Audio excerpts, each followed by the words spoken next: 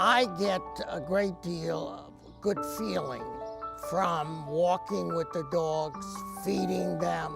I find it very fulfilling. We spend a lot of time visiting folks that don't get out and about very much. So if you're kind of shut in, often you aren't able to take care of a pet of your own. So it's nice to have a pet come in and visit. You don't have to have the work part associated with it. And again, it's an instant connection for you to make friends, a way to open the door, start a conversation, get to know people.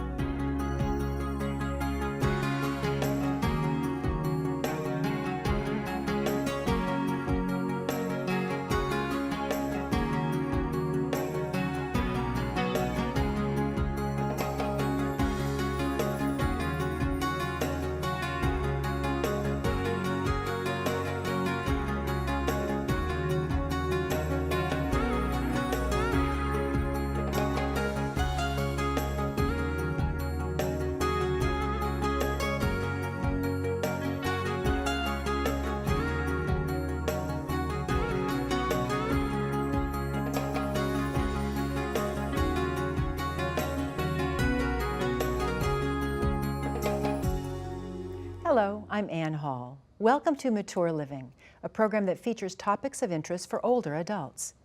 Did you know that about 2/3 of American households include at least one pet? Psychology professor and author Harold Herzog notes that the bond between people and their pets is extremely strong. In his book, Some We Love, Some We Hate, Some We Eat, he discusses how New Orleans residents were reluctant to be evacuated without their pets during Hurricane Katrina.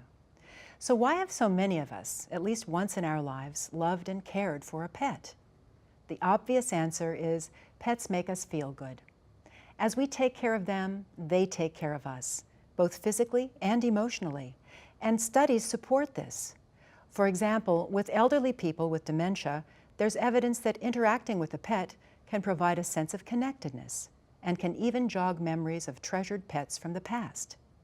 Today's discussion will focus on this important human-pet connection. We'll explore what older adults should consider before adopting a pet, and we'll take a look at the role of therapy animals in the lives of older adults who can no longer take care of a pet on their own. Joining me for the first part of today's discussion are Dr. Ann Garoud, Doctor of Veterinary Medicine at the Great Falls Animal Hospital, and Sean Crisp, the Humane Educator for the Fairfax County Animal Shelter. Dr. Garoud, welcome. Welcome, Sean. Let's start by exploring the connection between people and pets. Tell us what you know about this and how it developed. Well, the human-animal bond has been much studied. It is thought that it started about 12,000 to 14,000 years ago when people were still hunter-gatherers, not settled in towns or villages. The wolves presumably were hanging around the settlements and were waiting for scraps, and the people discovered that they could tame the wolf cubs and pick out the submissive ones and the friendly ones and breed that characteristic into the dogs. In fact, there's been some interesting research about 50 years ago in Russia taking fox babies and taking them for submissive traits, and they become just as tame as dogs, going from a totally wild animal to a loved pet, which is amazing. And the other interesting thing is that they actually develop physical characteristics of dogs. From prick ears, they develop drop ears, they get a curly tail, they get white on their coats. They actually start looking more like dogs, which I think is fascinating. Isn't that fascinating? Yes. Yeah, they become domesticated. Yes. You've been a vet for some time. What if pet owners told you about the role of the pets in their lives? Most people say they couldn't live without them. Most of my clients are already dedicated pet owners, and they derive a great deal of pleasure from their pets. From puppyhood right through till old age. They want to keep their pets happy and healthy, and out of pain, which is a big problem as pets get older. And the most common pets are dogs and cats? Dogs and cats, yes. And yeah. I understand that you have a dog and you have 3 cats? Yes, that's right. So from your experience, what's the difference between having a dog and having a cat? And is there truly something like cat people versus dog people? Does Well, that there have been exist? studies about this, and they have found that dog people tend to be more extroverted, and I think that makes sense because with a dog you have to take it out to walk it, you meet other people, you start talking about the dog, their dogs, and I can certainly see why they would be more extroverted. Cat people tend to be more introverted, and I think that's maybe because you don't meet other people. The cats stay in the home, and it's a very close relationship between the owner and the cat. They also have discovered that cat people do better on intelligence tests, which is very interesting. Yes, and they're more open to new experiences. I don't know why that is. I hesitate to say that cat people are more intelligent, but they do better on intelligence tests. Yes. I can say that being a cat and a dog person. Yes, that's right. Oh, that's fascinating. So, Sean, you're the humane educator at the Fairfax County Animal Shelter. Can you tell us a little bit about the shelter? Sure. Fairfax County, it's an open admission municipal shelter, which means that any person that brings an animal to the shelter, we will take that animal in. We take in between 4,000 to 5,000 animals per year, and we are fortunate though where a great many of those that come in as strays are recovered by the owner, or they go on to be adopted out. It's dogs, cats, small animals, mammals, reptiles, so we get a variety of animals that come in. But our main mission and goal is to be a safe haven for homeless animals, as well as a resource center for the community, so they can come and adopt an animal, or if they have questions regarding animal behavior, or maybe they're seeking a place to take their animal for vet services or whatever, we can maybe try to lead them down the right path. That sounds wonderful. So your title is Humane Educator. Could you tell us a little bit about that job, what it entails? Sure. I do community presentations about anything dealing with animal welfare. So that could be responsible pet ownership. It could mean going to Girl Scout, Boy Scout troops, or small community groups, and just basically talking about being kind and compassionate towards animals and all living things. So if there's a topic related to animal welfare, I can put something together and go out to the community, a wide variety of ages ranging from preschoolers all the way up to older adults. And when you're talking with these groups, what do you tell people who are thinking about adopting a pet?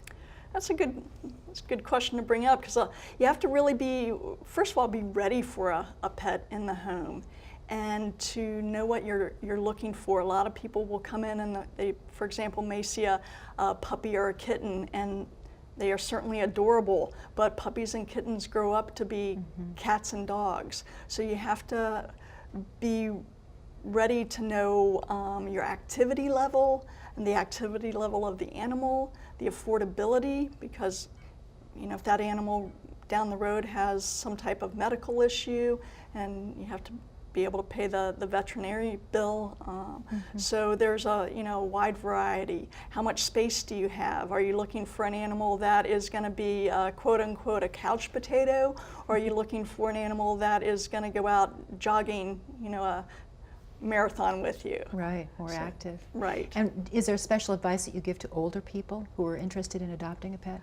We pretty much give everybody the same advice, although when you're talking with an older person, the key is to just be aware of, sometimes animals, like my dog in particular is kind of a Velcro dog, so she's always close by my side, or a cat that may want to wrap itself around your leg. So you have to be aware of possibly having an animal in the home may increase your chances of a fall or a injury risk. Right. Yeah. So we ask people just to be aware of that. Right. Often family members of older adults will inherit a dog or a cat. because the older adult has become ill or passed away. So what kind of advice do you give to family members in that situation? I think it's always important to have a plan and to have that discussion with the person that is looking to adopt, so that everybody is on board with them, and those things are discussed hopefully before the situation arises. So if the family, trying to get the family on board to agree to take care of that animal, or to find if there's a trusted friend that would be willing to step up and care for that animal. But having those discussions prior to the situation is the best way to handle that. Right, right, thank you. Dr. Garud, I understand that pets can actually help keep us healthy, Yes, both definitely. physically and emotionally. Can you tell us a little bit about that? Yes, there have been many studies done. Owning a pet makes it less likely that you are going to suffer from cardiovascular disease. The American Heart Association put out a statement a few years ago to that effect.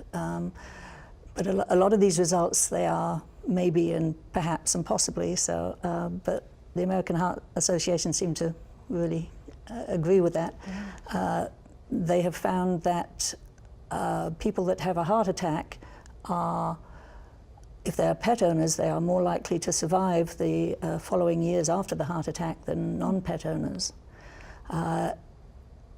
If you're a pet owner, you are less likely to suffer from Hodgkin's lymphoma, which is interesting. That's a form of cancer, and some other kinds of lymphoma. I can't really explain why that is. Maybe because the pets reduce stress in the owner's life. Maybe that leads to the cancer. I don't know. There are studies that show that autistic children can relate to people better through an animal. That's fascinating. Yes, That really there is. are many studies out there that relieves depression also with older people and people maybe with cognitive decline or dementia. It does help bring them out and makes it easier for them to communicate. Right. So all this is fascinating. Pet ownership is a big responsibility, though, as you both know. Is there special advice that you give to older adults who are thinking about bringing a pet into their lives? Yes, basically similar to what Sean was saying, you need to take account of the cost. Veterinary care is not cheap, and there's the cost of food, and there also are considerations about mobility. Right, the exercising. the Yes, dog. exercising the dog. I mean, you can just stand and throw a ball, but it's not ideal. Cats can get under your feet. There are concerns about different breeds of dogs. Some are extremely active and would not be suitable for an older person, like a border collie needs sheep to herd, ideally, or at least something to herd, Yes, it's kids to in herd. their They instinct. hurt Yes. people many Yes. times, yes. Right, right. Jack Russell Terriers are very active. My own dog is a Dachshund and she barks a lot, and I live in an apartment. That is a problem. Right. These are things that people should be aware of, that different breeds have different aspects that are good and some that are not so good in certain situations. Well, thank you, both of you, for sharing all this useful advice. Coming up, we'll explore some of the ways animals are used for therapeutic purposes. And we'll also learn about a local program that delivers that warm and wonderful pet connection to residents of nursing homes and assisted living facilities. We'll be right back.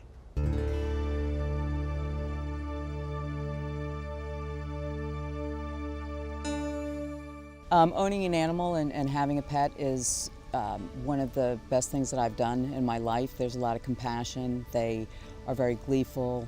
They make the people around them happy. Dogs have a calming effect on people. My father had passed away. I was really sad. He had a long illness.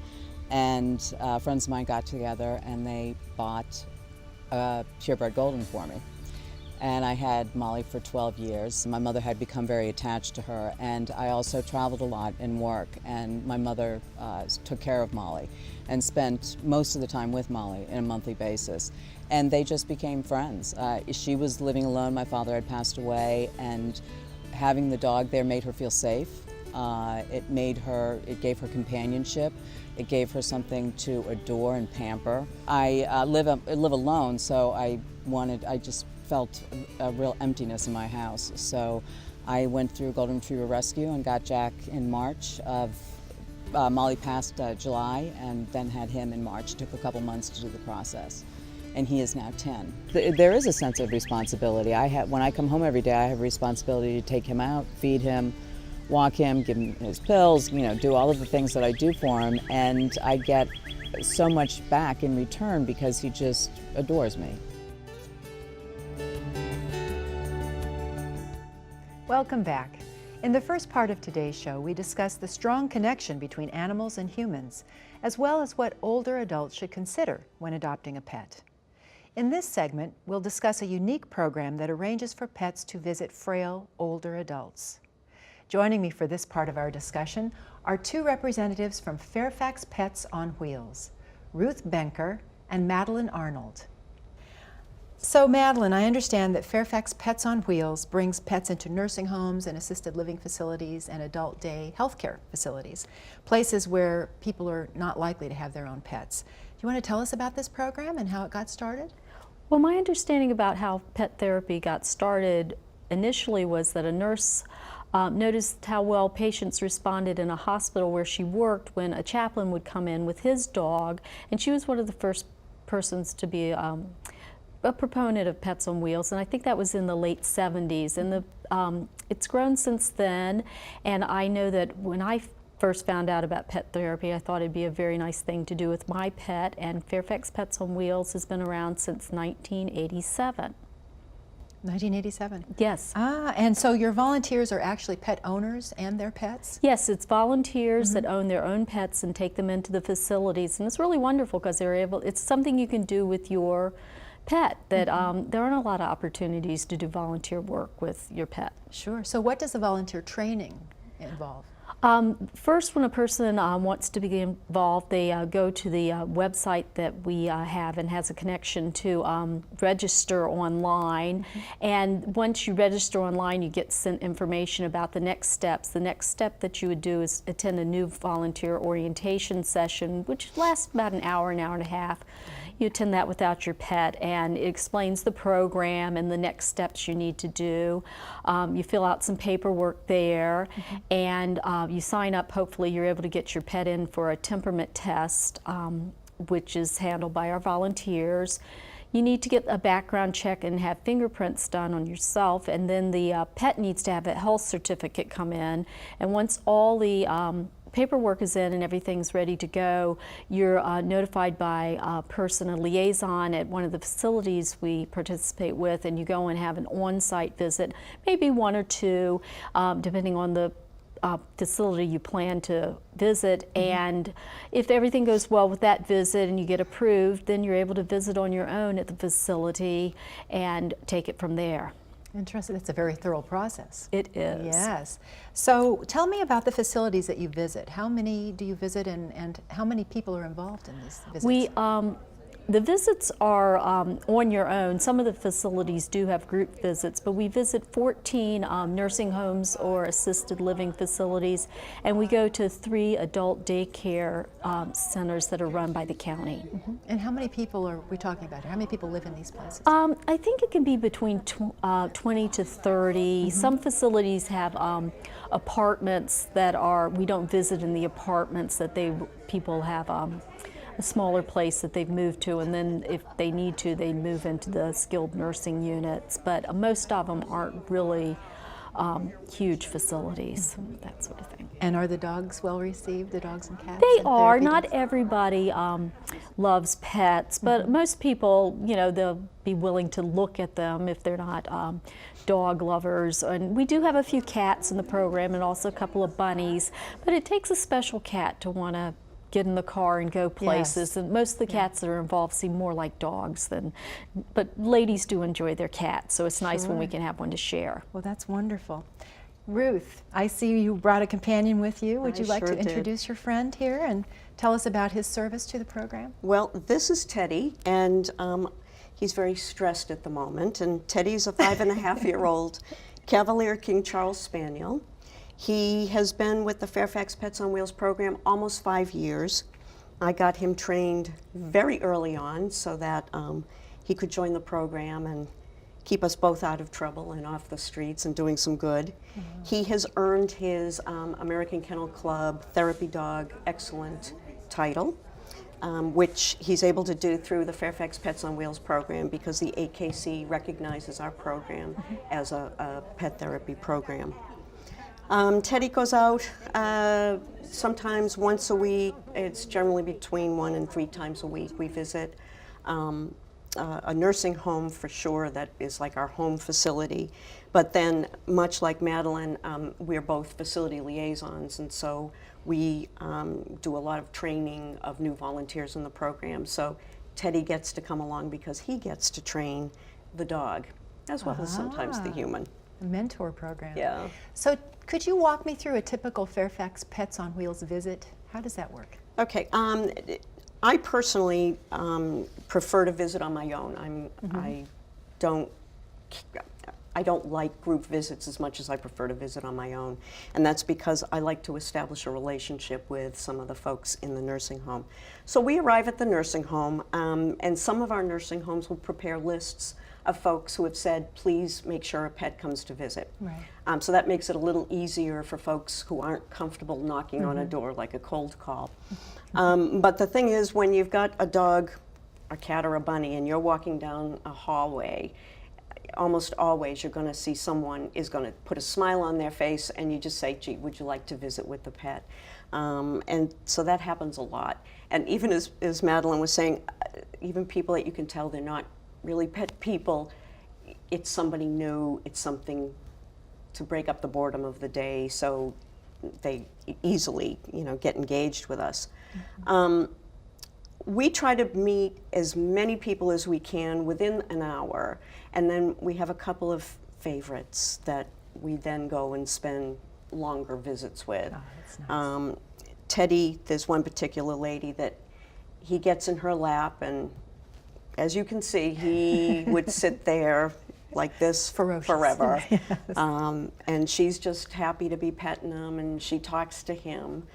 She talks to me once in a while, but they always remember the pet's name. Isn't that something? Yeah. So you've touched on this a little bit, but what are some of the transformations that you see when the dog comes in? What kind of reaction do people have to these dogs? Many times when you walk into a nursing home, you're going to see folks just kind of sitting in a hallway, and they're just sitting there and kind of blank expressions. When they see our pets, I have never seen anybody not at least put a little smile on their face or a twinkle in their eye. Right. With dementia patients, what we see a lot is if they can't articulate or communicate well with us, when they see the dog, I always see the lips go up a little bit, or there's a little bit, in the eyes, you can see that they connect with him, not so much me, but with him. And if you can help someone to maybe have a better day, that it doesn't cost us anything to go and visit. Right. And every visit, there's someone will always say, thank you, you've made our day. Isn't that lovely? Yeah. That's great. So I'm guessing that many of the viewers who are watching would be interested in participating in this program as a volunteer option. How should they contact you? Well, we have a website, fairfaxpetsonwheels.org, or they can call us And leave a message. And it'll be on leave the a screen message, later because in the we are all volunteer. While we're housed within the Fairfax Area Agency on Aging, we volunteers staff the office, and so we might not get back to you right away, but generally within a day or two we can get back to you with some information. Good. And what kind of a commitment is it? How often do you go to these places? We like to have at least once a month at the bare minimum, and feel if you can't do more than that, the pet never really gets used to the visits. And we like to have people visit at least once a week, and it's very flexible. Once or twice a month would be where we like to have people. You don't establish relationships if you're only coming once a month or so. But it's really great because you can do this with your pet, and you can see how much the people really enjoy having you come in. It's you know, an hour, you know, is not that much time, and it's something you can do with your pet, which I really think is so wonderful to And be I bet able to the pets enjoy volunteer. it, too. Yes, Right. exactly. Responding to that. So, do you tend to match up people with nearby facilities so it's convenient for them? And That's they the go to the best. same If one they over go and to the over? same one, and if it's near their home, that makes it easy for them to get there. Some people would like, you know, they might have had a family member in a dementia unit, so they might want to go to one that deals with memory impairment and that sort of thing. But a lot of times we really try and emphasize you're going to go to the place that's close, not one that's across the county. No, he's waking up. Do you have certain restrictions on the breeds that can do this, or the size of the dog, or the temperaments? Are there some that are better than some temperaments that are better than others? Well, we have the animal, they go through a temperament test, and we feel like, and a lot of times people are cognizant that their, you know, pet would be a good visitor and that sort of thing. And when we tell them about what needs to be done in a temperament test, sometimes we do get people that feel like maybe their pet wouldn't be a good match. But no, we have all breeds, and you know, sometimes a big dog is good because it's right next to the wheelchair and or the bed where they can be pet easily if they're not a small dog that can be put in someone's lap. So we have all sorts of dogs in the program. That's wonderful. Well, thank you, both of you, and thank you, Teddy. Thank you for having Thank us. you for having There us. he is. Look at those beautiful eyes. It's been such a pleasure to hear about all of this wonderful work that you're doing with older Thank you. adults in Thank Fairfax you. County. And thank you, our viewing audience, for watching this edition of Mature Living. I'm Ann Hall, and we'll see you next time.